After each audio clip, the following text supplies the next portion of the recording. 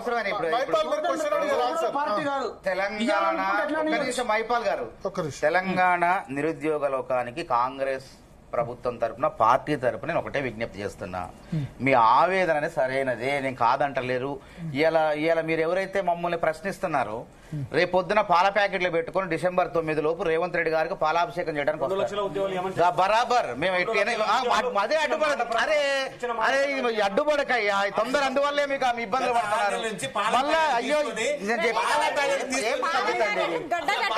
ఈ సభ్యత నేను చెప్పను, తర్వాత చెప్పు, నేను తర్వాత చెప్పు అంటాను, తర్వాత చెప్పు ఏ సభ్యత కాదు, పద్ధతి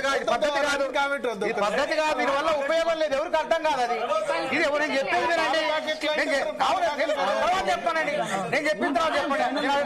ఇప్పుడు నిరుద్యోగుల వల్ల ఏంటంటే కొంత ఇట్లా మాట్లాడకండి,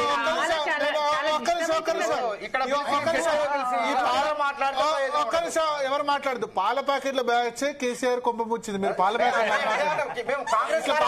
చేసి కేసీఆర్ పాల ప్యాకెట్ల బ్యాచ్ కేసీఆర్ కొంపముచ్చి ఆయన ఓడిపోతా అనుకోలేదు. నిజంగా పాల ప్యాకెట్ పాలాభిషేకం చేసి మళ్ళా రేవంత్ రెడ్డి కూడా పాలాభిషేకం.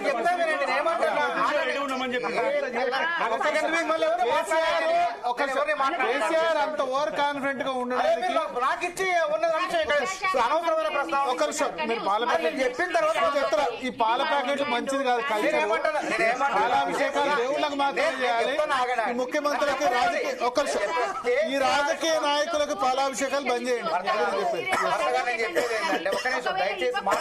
మీరు అభిషేకం శివుడికి మాత్రమే చేయండి, రాజకీయ నాయకులకు బంద్ చేయండి. కేసీఆర్ లాంటి నాయకుడు రేవంత్ రెడ్డి కాదు. ఏదైనా మాట అంటే వచ్చి తీరుతాడు, అంత కసున్నోడు. అధికారం లేనప్పుడే వచ్చినోడు, వీళ్ళు కట్టుదిట్టమైన కంచెలు పెడితే వచ్చినోడు. అధికారం ఉండం కూడా వచ్చిండు. ఇలా మేమేమంటున్నాం, నిరుద్యోగులు ప్రశ్నించండి, స్వేచ్ఛ వాళ్ళకు ఉంటది, నేను వస్తా అన్నాడు. అంటే హామీలన్నీ నెరవేర్చి ఆడికి వస్తాడు. కాబట్టి నేను ఏమంటున్నా, పాల ప్యాకెట్లు కేసీఆర్కి ఎవరు చేశారు? మా దుద్దిమెట్ల బాలరాజ్ యాదవ్ బీఆర్ఎస్ కార్యకర్తలు జేబుల్లో ఉండే ఎప్పుడు కడితే అప్పుడు. నేనేమో వీళ్ళు పార్టీ కార్యకర్తలు కాదు కదా, వీళ్ళ సంతోషం కొద్దీ పాలాభిషేకం చేయమంటున్నాం, చేసుకోండి అంటున్నాం. అంతేగాని మా కాంగ్రెస్ కార్యకర్తలు వచ్చి చేయట్లే కదా అక్కడ. కాబట్టి తప్పకుండా రేవంత్ రెడ్డి ఒక మాట అన్నాడంటే ఆయన జెడ్పీటీసీ స్థాయి నుంచి ఏదో ఆయన పోగొట్టడానికి రాలే, జెడ్పీటీసీ స్థాయి నుంచి ఒక మాట అని ఇలా ముఖ్యమంత్రి స్థాయికి గుర్తుపెట్టుకోండి. పార్లమెంట్ సభ్యుడిగా ఉన్నప్పుడు రాష్ట్రంలో యూనివర్సిటీల సమస్యల మీద పార్లమెంట్ లో మాట్లాడిన నాయకుడు ఆయన. కాబట్టి త్వరలోనే సహాయ ఆచార్యులు ఉద్యోగాలు భర్తీ అయితే జాబ్ క్యాలెండర్ కూడా మరి ఏం చేయాలి? మీరు ఏం వద్దంటే ఏం కావాలి అంటే మీరు జీవితాంతం టీవీలో కూర్చొని మాట్లాడతారు అంటే మీరు శాశ్వతంగా ఉంటారా?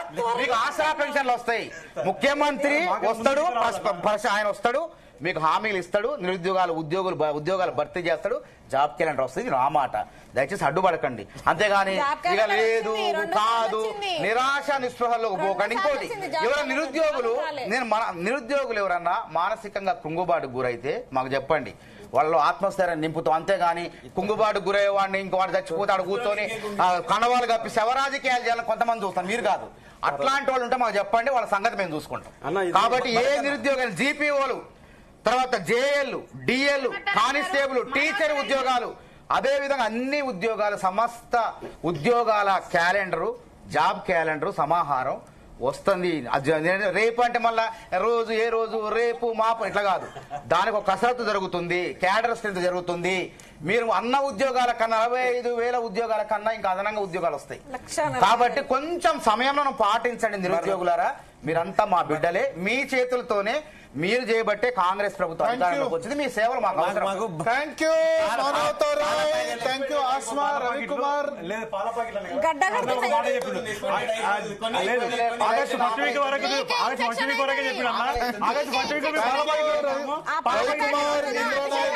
సత్యవతి గారు, చెనగారి దయాకర్ గారు, వినోద్ కుమార్ గారు, అశోక్ సార్ గారు, ఒకటి ఓవరాల్ గా 2-3 అంశాలు. ఒకటి, జాబ్ క్యాలెండర్ ఇమీడియట్ గా రిలీజ్ చేయాలి. ఉద్యోగాల భర్తీలో 2 లక్షలు అన్నారు, సరే 2 లక్షల్లో 60,000 పాత బీఆర్ఎస్ హాయంలో కాకుండా కొత్తగా మీరు కంప్లీట్ చేసిన డిఎస్సి, ఇంకొకటి 2 నోటిఫికేషన్లు మాత్రమే, మిగతావి ఫిలప్ చేయాల్సిన అవసరం ఉంది. మూడవది, 1000 కోట్లకు సంబంధించి మాటలు కాకుండా వాటి చేతల్లో చూపించండి, యూనివర్సిటీస్ బతికించండి అని చెప్తున్నారు. తర్వాత జీవో 46 సంబంధించి కూడా దాని గురించి కూడా మాట్లాడుతున్నారు. కానిస్టేబుల్స్ నియామకాలకు సంబంధించి కూడా చాలా చాలా అంశాలు ఇవాళ దీనిలో చర్చకు వచ్చాయి. ప్రభుత్వ పెద్దలు కూడా బహుశా ఈ చర్చ చూస్తే కనుక నిరుద్యోగుల వాయిస్ ఏంటి అన్నది తెలుస్తుంది. ఈ 2 గంటల పాటు చర్చ పెట్టడానికి కారణం ఏంటంటే చాలామంది నిరుద్యోగులు కూడా దీని గురించి వెయిట్ చేస్తూ ఉన్నారు. కాబట్టి ఖచ్చితంగా దీని మీద ప్రభుత్వ పెద్దలు ఈ చర్చ చూడాలి, చూసి దాని మీద సరైన యాక్షన్ ప్లాన్ తీసుకోవాల్సి ఉంది. ఇది వాళ్ళ DNA. Stay tune to Zee Telugu news.